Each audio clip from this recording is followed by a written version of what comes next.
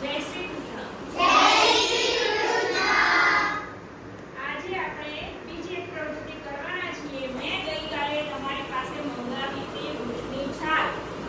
આવ્યા છો? બતાવો. Very good. મૂકી દો. બધા અલગ અલગ વૃક્ષોની છાલ લાવેલા છો.